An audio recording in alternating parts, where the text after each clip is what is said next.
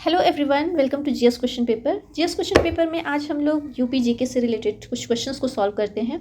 अगर आप कोई भी एग्ज़ाम्स की तैयारी कर रहे हो, चाहे यूपी आरओ का इस समय चल रहा है क्रेज़, उसके बाद फिर यूपी पीसीएस है या फिर लोअर पीसीएस से रिलेटेड या यूपी पुलिस से, तो आप इन सब क्वेश्चंस को ज़रूर सॉल्व करिएगा, क्योंकि ये सारे के सारे क्वेश्चन कभी ना कभी आपके योग के द्वारा ही पूछे गए हैं। चलिए देखते हैं। फर्स्ट क्वेश्चन दिया है, गलत योग का चयन कीजिए। भारतीय पशु चिकित्सा अनुसंधान संस्थान इज्जत नगर, जो कि आपका बरेली में है। Indian institute of handloom technology Varanasi में। राष्ट्रीय कृषि वानिकी अनुसंधान केंद्र कानपुर और राष्ट्रीय गन्ना अनुसंधान संस्थान लखनऊ। इन चारों में से राइट आंसर कौन सा होगा, आप लोग अपना आंसर गेस कर लीजिएगा। देखते चलते हैं हम लोग आंसर। भारतीय पशु चिकित्सा अनुसंधान संस्थान इज्जत नगर बरेली, ये बिल्कुल सही है। Indian institute of handloom of technology Varanasi में स्थित है, ये भी सही है। राष्ट्रीय कृषि वानिकी अनुसंधान केंद्र कानपुर और राष्ट्रीय गन्ना अनुसंधान संस्थान लखनऊ, ये सही है, लेकिन ये कानपुर में नहीं है। जो राष्ट्रीय कृषि वानिकी अनुसंधान केंद्र है ये है आपका झांसी में। तो यहाँ पर जो राइट आंसर हो जाएगा, थर्ड ऑप्शन हम लोगों का राइट आंसर होगा। ये केंद्र कानपुर में न स्थित होकर के कहाँ पर है, झांसी में। नेक्स्ट क्वेश्चन देखते हैं। उत्तर प्रदेश में प्रत्येक वर्ष किस स्थान पर वाटर स्पोर्ट फेस्टिवल का आयोजन किया जाता है? प्रयागराज, वाराणसी, लखनऊ या फिर गाजियाबाद। इन चारों में से राइट आंसर क्या हो सकता है? तो उत्तर प्रदेश में हर साल वाटर स्पोर्ट्स फेस्टिवल का आयोजन किया जाता है। आपका सही आंसर इसमें हो जाएगा प्रयागराज, जिसको पहले हम लोग इलाहाबाद बोलते थे। तो यहाँ पर फरवरी माह में पर्यटन विभाग के द्वारा वाटर स्पोर्ट्स फेस्टिवल आयोजित किया जाता है। किसके द्वारा किया जाता है? तो पर्यटन विभाग के द्वारा किया जाता है। नेक्स्ट क्वेश्चन हम लोग देखते हैं। निम्नलिखित में से कौन सा स्थान लकड़ी की नक्काशी के लिए विश्व प्रसिद्ध है? मुरादाबाद, सहारनपुर, मेरठ और आगरा। इसमें से राइट आंसर आप लोग गेस करिए, कौन सा है ऐसा स्थान जो लकड़ी की नक्काशी के लिए विश्व प्रसिद्ध है और हम लोगों के वन डिस्ट्रिक्ट वन प्रोडक्ट में भी शामिल है। इसका राइट आंसर हो जाएगा सहारनपुर। सहारनपुर वुड कार्विंग के लिए वर्ल्ड फेमस है। वुड कार्विंग यानी कि लकड़ियों पे जो कई तरीके की नक्काशी की जाती है उसके लिए। आगरा की बात करें तो ये आपका पत्थर पर नक्काशी के लिए और साथ ही साथ चमड़े के काम के लिए सबसे ज़्यादा फेमस है। मुरादाबाद आपको पता ही होगा, पीतल के बर्तन और धातु की मूर्तियाँ, फूलदान हो गए, इन सब कामों के लिए। और मेरठ जो है ये खेल के सामान के लिए प्रसिद्ध है।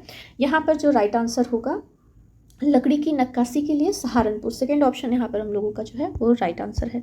नेक्स्ट देखते हैं। लकड़ी के खिलौने के लिए कौन सा स्थान प्रसिद्ध है? ये कई बार पूछा गया है, मोस्ट रिपीटेड क्वेश्चन है। चित्रकूट, मेरठ, वाराणसी, आगरा। इसका राइट आंसर आप लोग गेस करिएगा। तो अगर आपको बता दें, इसमें दो ऑप्शन है जहाँ पर लकड़ी के खिलौने के लिए प्रसिद्ध है। फिलहाल अभी इसका जो राइट आंसर होगा वो चित्रकूट होगा। चित्रकूट लकड़ी के खिलौनों के लिए प्रसिद्ध है, लेकिन अगर आपके ऑप्शन में चित्रकूट आंसर में ना रहे तो वहाँ पे आपको वाराणसी करना है। वाराणसी भी लकड़ी के खिलौने का एक गढ़ है।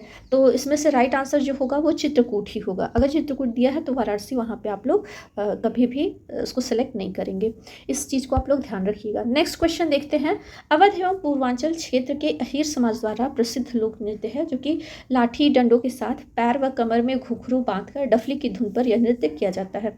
यहाँ डांस का डिफिनेशन दे दिया है, आपको बताना है कौन सा ये नृत्य है। अवध और पूर्वांचल के क्षेत्र, इतना लंबा अगर जो नाप करिए, सिर्फ इतना जानिए कि अवध और पूर्वांचल के क्षेत्र में अहीर समाज के द्वारा कौन सा है? राई नृत्य, धीवर नृत्य, कर्मा व शीला नृत्य, फरुहाई नृत्य। ये चारों ही मोस्ट इंपॉर्टेंट है। अभी इसका जो राइट आंसर है वो है अवध और पूर्वांचल में अहीर समाज के द्वारा जो प्रसिद्ध लोक नृत्य है वो है फरुहाई नृत्य। मतलब इसको भोजपुरी में फरुहाई बोलते हैं और फरुहाई नृत्य यहाँ पर फर्स्ट ऑप्शन जो है वो राइट आंसर है। दूसरा ऑप्शन जो दिया हुआ है यहाँ पे कर्मा और शीला नृत्य, इसको भी आप लोग एक बार रिमाइंड करते हुए चलिए। ये सोनभद्र और मिर्ज़ापुर जिले के खरवार जो जाति आदिवासी हैं उनके द्वारा किया जाता है, कर्मा और शीला नृत्य। इसके बाद धीवर नृत्य है, तो ये कहाँ पे? ये पूर्वांचल के कहार जाति के द्वारा किया जाता है। धीवर कहाँ है? पूर्वांचल के कहार जाति का है और ये अहीर समाज का है। नेक्स्ट हम लोग देखते हैं राई नृत्य, इसको मतलब बसंतोत्सव जो मनाया जाता है या फिर कृष्ण जन्माष्टमी, वहाँ पर महिलाओं के द्वारा किया जाता है। कहाँ पर? बुंदेलखंड में। तो राई नृत्य कहाँ पर है? बुंदेलखंड में। इसको एक और नाम से जान सकते हैं हम लोग, मयूर नृत्य, क्योंकि यहाँ पे जो कॉस्ट्यूम है वो मोर के पंख लगा करके लोग नृत्य करते हैं, मोर के जैसा ही, तो उसको राई नृत्य बोलते हैं, और मयूर नृत्य भी। प्रदेश में सर्वप्रथम किस पक्षी विहार की स्थापना की गई थी? ये यूपी पीसीएस प्री 2004 में पूछा गया है, लेकिन ये कई बार रिपीटेड क्वेश्चन है अलग अलग मतलब एग्जाम्स में। सांडी पक्षी विहार, नवाबगंज पक्षी विहार, समन और सूर सरोवर, इन चारों पक्षी विहार से रिलेटेड कई टाइप के क्वेश्चन आते हैं, मिलान वाले आ सकते हैं, या फिर आपको कौन से हैं या उनकी स्थापना वर्ष लगा करके दे सकता है, या किस स्थान पर हैं, जैसे सांडी कहाँ पर है, नवाबगंज है, तो उसका स्थान या फिर स्थापना वर्ष से मिलान करने को दे सकता है। ये मोस्ट इंपॉर्टेंट क्वेश्चन हो जाता है, क्योंकि कुछ जो आपके हैं पक्षी विहार उनको रामसर साइट्स में भी इस साल रखा गया है। चलिए देखते हैं इसका आंसर क्या होगा। सर्वप्रथम किस पक्षी विहार की स्थापना की गई थी? तो सांडी, नवाबगंज, समन और सूर सरोवर में से इसका जो राइट आंसर होगा वो होगा नवाबगंज पक्षी विहार। और ये है कहाँ पर? नवाबगंज पक्षी विहार, ये उन्नाव में है। इसका नाम भी बदल दिया गया है, तो हो सकता हो अब नवाबगंज पक्षी विहार न दे करके अगर जो दे शहीद चंद्रशेखर आज़ाद पक्षी विहार, तो आप लोग उसे ही सेलेक्ट करिएगा।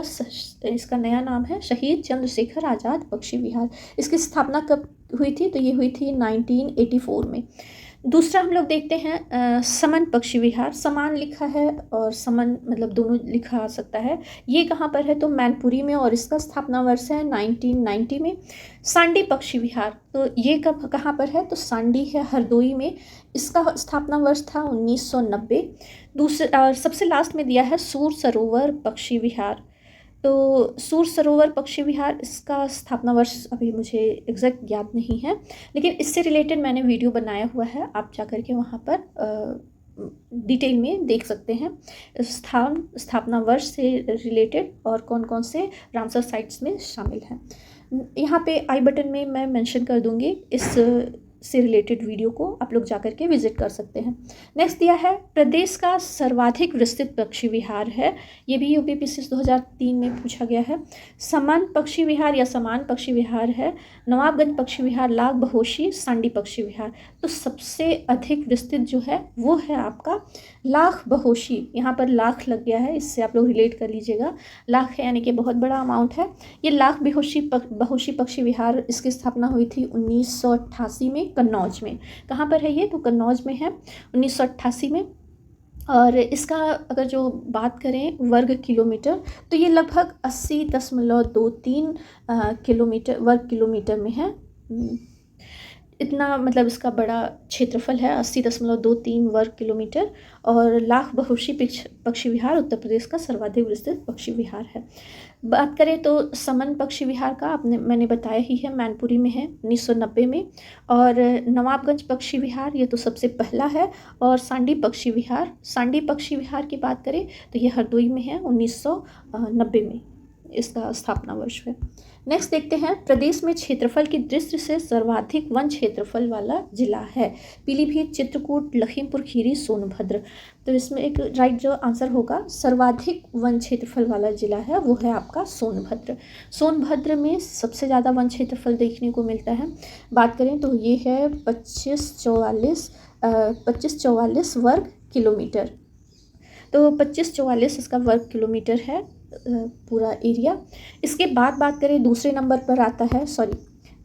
पर आता है लखीमपुर खीरी का। इसके बाद आता है मिर्ज़ापुर और चौथे नंबर पर आता है पीलीभीत का स्थान। सोनभद्र, लखीमपुर खीरी, मिर्ज़ापुर और पीलीभीत। कभी कभी होता है कि आपको मतलब आरोही और अवरोही क्रम में भी करके पूछ सकता है, तो आपको बता दें सबसे पहले सोनभद्र आता है सर्वाधिक वन क्षेत्रफल वाला जिला। अगर जो इसी में पूछ ले सबसे कम वन क्षेत्रफल वाला, तो भदोही, जिसको संत रविदास नगर भी कहते हैं, वो है सबसे कम वन क्षेत्रफल वाला जिला। लगभग बोलते हैं 3 किलोमीटर स्क्वायर में ही ये फैला हुआ है, इतना ही इसका है एरिया। नेक्स्ट क्वेश्चन देखते हैं, चिपको आंदोलन मूल रूप से किसके विरुद्ध था? ये भी देखिए कई बार पूछा गया है, प्री में भी पूछा गया है, मेंस में भी पूछा गया है। सांस्कृतिक प्रदूषण के, वन कटाई के, ध्वनि प्रदूषण के या फिर जल प्रदूषण के। तो इससे रिलेटेड आप लोगों ने कई वीडियो भी वगैरह देखे होंगे व्हाट्सएप पे, व्हाट्सएप नहीं, यूट्यूब पे। तो चिपको आंदोलन ये था सबसे मतलब वन की कटाई से रिलेटेड। सेकेंड ऑप्शन यहाँ पर हम लोगों का राइट आंसर हो जाता है।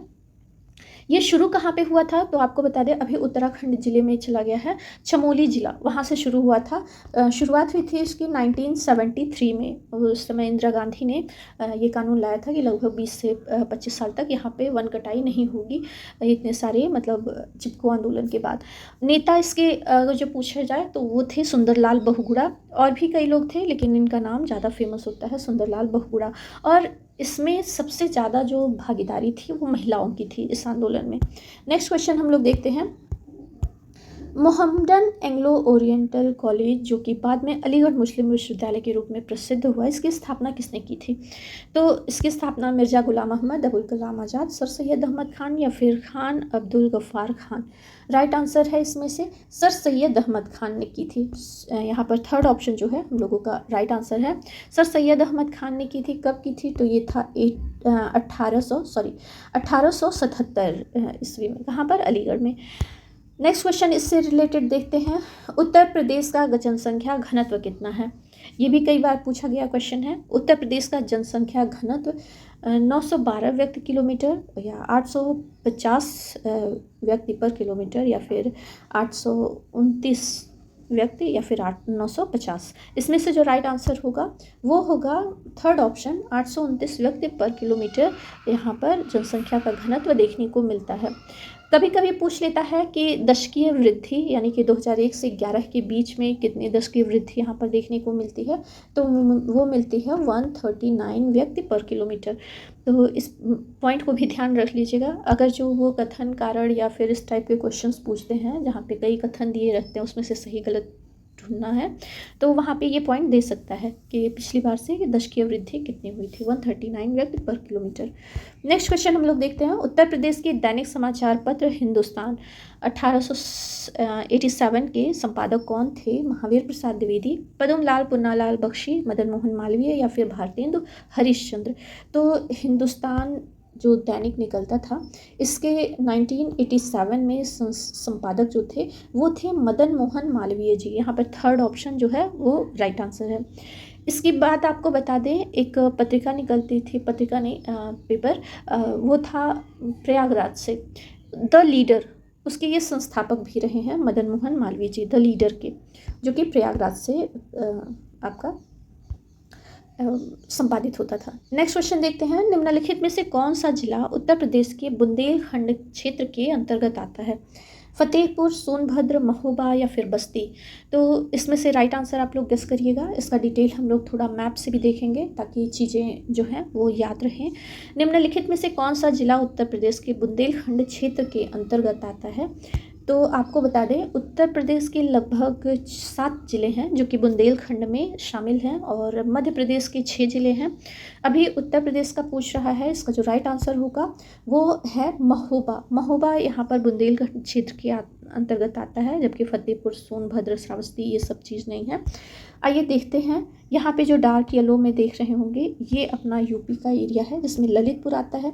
दूसरे नंबर पर झांसी है, जालौन है, हमीरपुर है, महोबा, बांदा और चित्रकूट, इतने ज़िले आते हैं जिसमें हम लोग के ऑप्शन में महोबा दिया हुआ था। अभी देखते हैं, अगर जो हम लोग बात करें मध्य प्रदेश की, तो दतिया ज़िला आता है, टीकमगढ़, सागर, छतरपुर, दमोह और पन्ना, ये इतने ज़िले आते हैं आपके बुंदेलखंड के अंतर्गत। आइए और देखते हैं उत्तर प्रदेश को किस तरीके से विभाजित किया जाता है। एक पूछता है आपका दोआब क्षेत्र, दूसरा पूछता है बुंदेलखंड, और पूर्वांचल में कौन कौन से आते हैं? रोहिलखंड, अवध और बघेलखंड। ये इतना क्वेश्चन में अक्सर पूछता है। तो यहाँ पर दिए हुए हैं, कलर वाइज बटे हुए हैं। यहाँ पर आप लोग देख रहे होंगे 7 ज़िले जो कि ललितपुर, झांसी और ये सारी चीज़ें हैं, महोबा है। तो ये सारी कहाँ पर हैं, उन्नाव वगैरह। तो ये सब हैं आपके बुंदेलखंड से रिलेटेड। बाकी ये पश्चिम वाला जितना एरिया है ये आपका आता है दोआब क्षेत्र बोलते हैं, गंगा और यमुना का दोआब। नेक्स्ट फिर देखते हैं पूर्वांचल से रिलेटेड अक्सर क्वेश्चन आते हैं जो कि ऑरेंज कलर में दिखाया गया है।